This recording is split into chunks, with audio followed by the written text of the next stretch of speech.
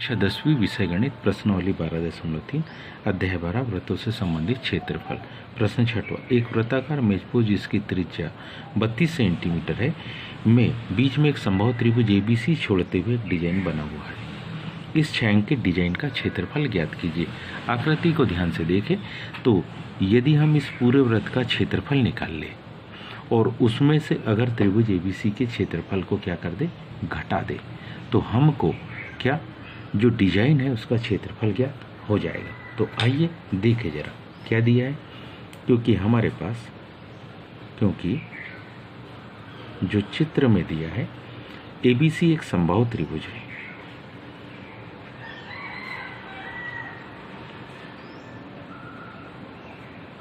ABC एक कौन सा समबाहु त्रिभुज है। हम बड़ी आसानी से कह सकते अगर एबीसी समबाहु त्रिभुज है तो इसके तीनों एंगल आपस में बराबर होंगे। Angle A equal to angle B equal to angle C, और ये तीनों कितने 60 डिग्री। ओ बी ओ सी और ओ ए यदि हम यहाँ पर केंद्र ओ कहे तो यदि हम केंद्र ओ से किसको बी को मिला है, केंद्र ओ से यदि किसे ए को मिला है, केंद्र ओ से यदि हम सी को मिला है, तो ये इसकी त्रिज्या है।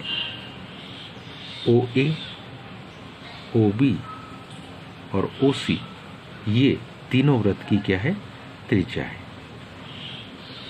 ये वृत्त की क्या कहलाती, त्रिज्या है। क्या करेंगे, ओ को केंद्र मानकर यदि हम यहाँ से इस पर एक लंब खींचे और इस खींचे गए लंब को यदि हम क्या नाम दे दें, एम बिंदु नाम दे दें।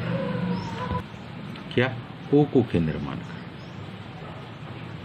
ओ को क्या केंद्र मानकर यदि हम क्या करते हैं, ओ एम लंब खींचा किस पर, बीसी पर, तो ऐसी कंडीशन में हम में से सब बता सकते कि ये जो यहाँ पर जो कोण होगा, यहाँ जो कोण होगा कौन सा कोण, ओ बी एम। इस ओ बी एम की जो माप होगी वो 1/2 कोण बी के बराबर होगी, और हम जानते बी कोण की माप 60 अंश है, मतलब ये कितने अंश के बराबर होगी, 30 अंश के बराबर होगी। और साथ ही साथ यदि हम देखें तो ऐसी स्थिति में तब एम किसका, बीसी का, तब एम बीसी का कौन सा मध्य बिंदु है।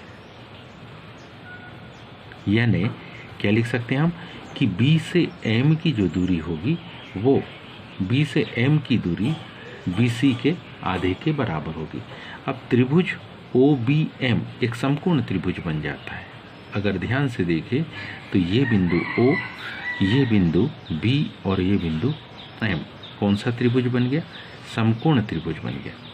त्रिभुज ओ बी एम में यदि देखें तो एंगल एम हमारे पास कितने पर है, 90 अंश पर है, और यहाँ पर देखें तो ये कोण हो गया 30 अंश का। अब यदि हम cos 30 डिग्री के सापेक्ष वैल्यू को निकालने का प्रयास करें, क्या cos 30 डिग्री, तो cos 30 डिग्री हम जानते हैं cos होता है दो भुजा का अनुपात, एक है आधार और दूसरी है कर्ण। यहाँ पर आधार भुजा मतलब कौन सी, बी एम, और कर्ण भुजा मतलब कौन सी, ओ बी।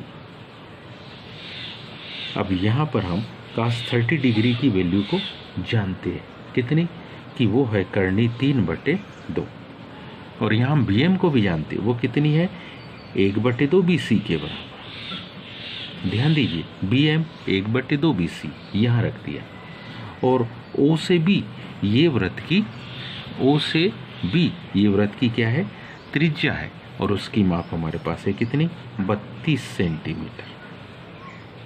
तो जब हम लिखेंगे तो BC को अगर उधर ही रहने दे तो हम मान लिखेंगे BC बराबरी से कर्णी 3/2 गुणित ये 32 दूनी 64, 2 का जब 64 में भाग देंगे तो 32 बार जाएगा, यानी किसकी माप आ गई, BC की माप आ गई। तो BC हमारे पास क्या आ गई, 32 कर्णी 3 सेंटीमीटर, और ये क्या है, ये समबाहु त्रिभुज की भुजा है। ये समबाहु त्रिभुज की क्या आ गई, भुजा आ गई। तो इसके आधार पे हम समबाहु त्रिभुज ABC का क्षेत्रफल निकालेंगे। इसलिए समबाहु त्रिभुज ABC का क्षेत्रफल हम में से सब जानते, सूत्र क्या है, करनी 3/4 गुणित भुजा की घात 2। अब मान हमारे पास होगा क्या, करनी 3/4, भुजा भी अपन ने निकाली कितनी, 32 करनी 3, तो 32 करनी 3 का वर्ग, करनी 3/4 गुणित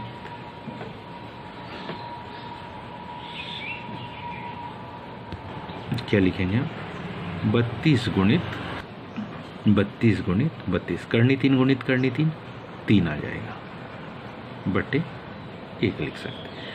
अब हम इसे सब जानते कि ये 4 से ये तो कट जाएगा, 4 8 32, इन तीनों का जब हम गुणा करेंगे तो मान कितना आएगा, 768 करनी 3 वर्ग सेंटीमीटर।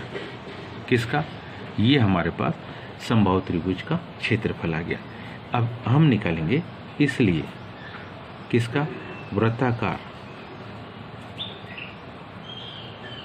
मेजपोश का क्षेत्रफल।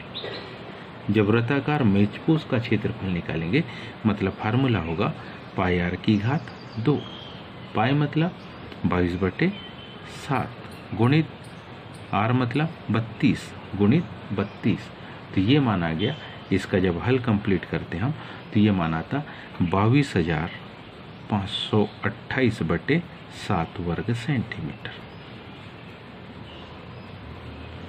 किसका, मान लो कि समबाहु त्रिभुज का क्षेत्रफल A1 था, वृत्ताकार मेजपोश का क्षेत्रफल A2 था, तो अब किसका, डिजाइन का क्षेत्रफल, जितने भाग में क्या बना है, डिजाइन, तो डिजाइन का क्षेत्रफल या जिसको छायांकित भाग भी हम कह सकते हैं, तो क्या करेंगे हम, A2 में से A1 को घटा देंगे।